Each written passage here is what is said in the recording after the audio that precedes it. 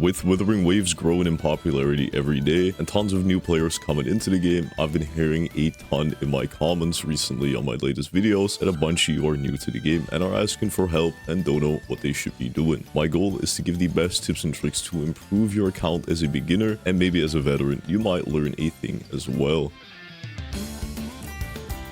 First off, what is union level? Union level is basically your overall account level, and it plays a huge role in how you progress through the game. Higher union levels unlock more content and give you better rewards when farming materials.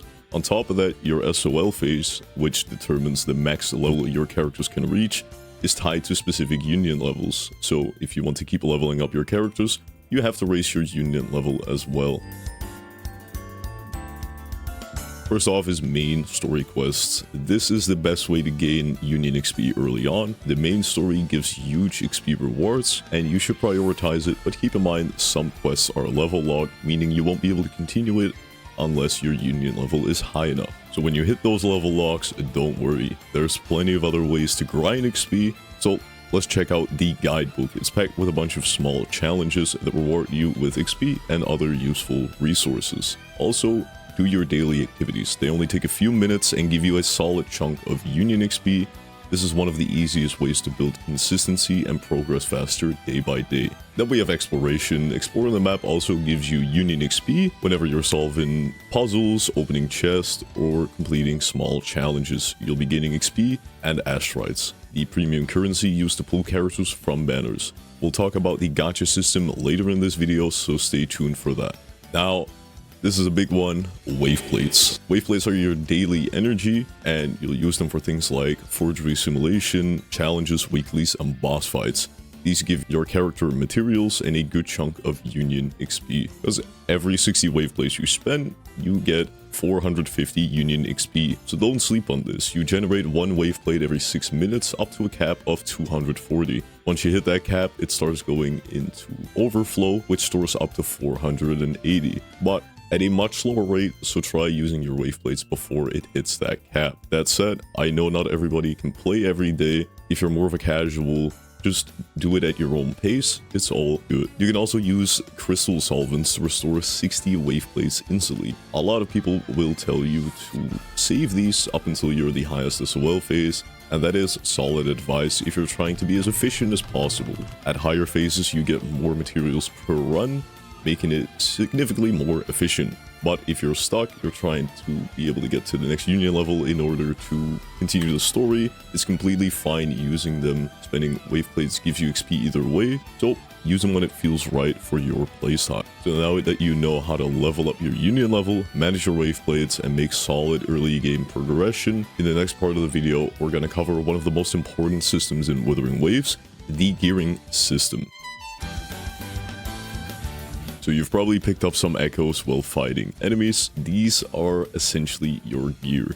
You can equip them to your characters to significantly boost their damage, but here's the thing. In early game, echoes aren't super important just yet. What you should be focusing on early is progressing your databank. This is way more valuable at the start. Why? Because leveling up your databank unlocks higher rarity echoes and increases your drop rates, which are really low early on. That's why I don't recommend farming echoes right away. Instead, you want to fill out your databank by collecting echoes like it's a Pokemon game. It works like a Pokedex. The more echoes you collect, the better your drop rates become. And eventually, you'll unlock 5-star echoes at databank level 15. But the drop rate is still very low, so I recommend you reach databank level 21 before seriously starting to farm 5-star echoes, which will become your core gear later on. You'll end up replacing all your 4 stars anyway. So early on, when should you level your echoes? To be as efficient as possible, I recommend only leveling echoes if you're really struggling to clear content. Save your resources, they are limited early on, and you want to invest them wisely once you get to better tiers of gear. So if you're unsure on how to build your characters or which echoes to use, don't worry, I'll be posting plenty of guide content here on the channel, so make sure to subscribe and stay tuned. And also, we made a new Discord, so you can join there and ask for help as well. So now let's talk about how to build your characters, just the basics for now. When you get a Echo, you will notice it has a number on it. This number is its cost, and it's super important. Here's a breakdown. 4 cost Echoes drop from world bosses, 3 cost Echoes come from elite enemies, and 1 cost Echoes come from smaller regular enemies. Each character can only equip Echoes up to a total of 12 costs, so you need to mix and match wisely. The most common setup for characters is something like 4-3-3-1-1.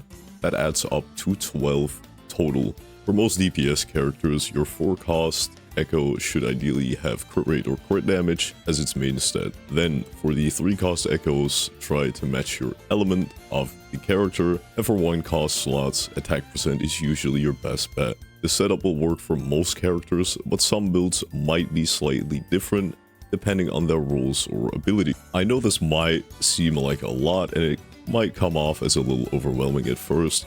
There's a lot to take in, but it's really important to understand these systems early on if you want to progress smoothly and make the most out of your characters and resources.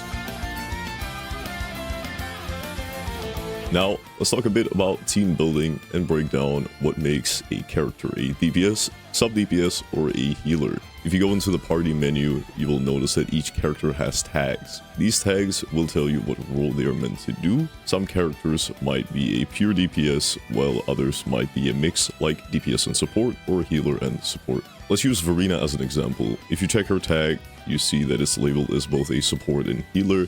That tells you exactly how to use her in your team. A standard team setup follows a pretty simple formula. Slot 1, main DPS, slot 2, sub DPS, and slot 3, a healer. Your healer is usually going to stay consistent across most of your teams, so in slot 3, you'll often use someone like Verena, Shorekeeper, or Baiji. Then, you pick your main DPS, let's say you're using Jian. He's a good DPS that skills really well off of heavy attack bonus. So next, you need a sub DPS that complements him. Since Jian benefits a lot from heavy attack bonus, someone like Mortefi will work really well in that second slot. Mortefi can boost Jian's damage by buffing heavy attack bonus while also contributing some damage of its own. That gives you a complete and well-rounded team. If you're unsure about what teams to build, Brightwind has a super helpful section where you can check optimal team comps for each DPS. It also shows alternative options depending on what character you already have unlocked. I want to quickly go over some tips that don't really fit into a full segment, but are definitely worth mentioning. One of the biggest mistakes I see new players make is trying to level up every character. I highly recommend just picking 2 teams that you really want to focus on and only invest in those. Resources in Wuthering Waves are very limited, and if you spread them too thin, you'll end up running out, which will slow down your overall progression. This becomes especially important for late game content like Whimpering Waste and Tower of Adversity. These modes require multiple strong teams, and they reward you with a ton of valuable stuff like premium currency, asteroids, which you need for pulling characters in the gacha system.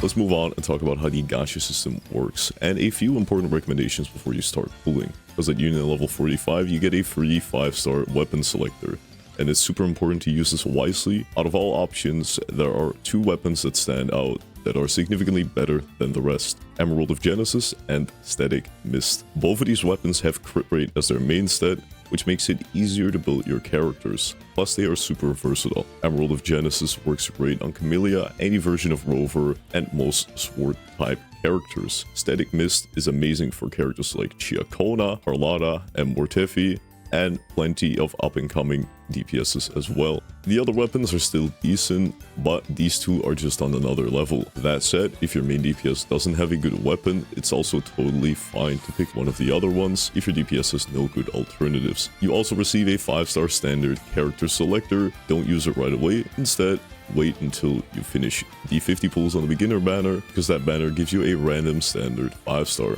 Why wait? To avoid pulling duplicates. The character you want the most is Verena. She's one of the best supports in the game, incredibly valuable for nearly every team. If you get Verena from the beginner banner, then feel free to use it on whoever you like, but if you don't get her, make sure to use that ticket to pick Verena. Trust me, she is a must-have unit. Now, let's break down the gacha system itself. There are 4 main types of banners. One for the standard banner characters, another one for the weapon banners, Then we have 2 limited banners that rotate out every couple of weeks. One is for limited characters and the other one is for their limited weapon. So each pool costs 160 asteroids, and the most important tip is to never spend your asteroids on the standard banner. These characters and weapons in the standard banner are permanently available, so it's much better to save your asteroids for limited banners, which rotate and feature powerful limited time units that might not return for a while. So for the limited character banner, you get a 5-star within 80 pulls. Soft pity starts at 65. When you hit soft pity, the chances of you getting the 5-star drastically gets higher. But it's a 50-50, meaning that you have a 50% chance to get the feature limited character and a 50% chance to get a standard 5-star instead. If you lose the 50-50, your next 5-star is guaranteed to be a limited one, and yes, your pity carries over to the next banner. So if you do 50 pulls and the next banner rotates, those 50 pulls still count towards the next one. Limited weapon banner, same pity rules. 5-star and 80 pulls and soft pity that starts at 65. The good news is there is no 50-50 here. The 5-star you get is guaranteed to be the limited weapon. This is the standard character banner, and honestly, it's bait. You eventually unlock these characters just by playing the game and losing your 50-50s. Pulling here is not worth, and especially with the limited amount of asteroids you get. Save your resources and focus on the limited banners only. Now that we've got the gacha system out of the way, that is everything for this beginner guide video. Hopefully this helped you get a better understanding of how the early game works, how to build your characters, and how to avoid some of the common mistakes players make. If this made your experience a little easier, or if you learned something new, don't forget to drop a like on today's video and subscribe for more Wuthering Waves content like this. Take care.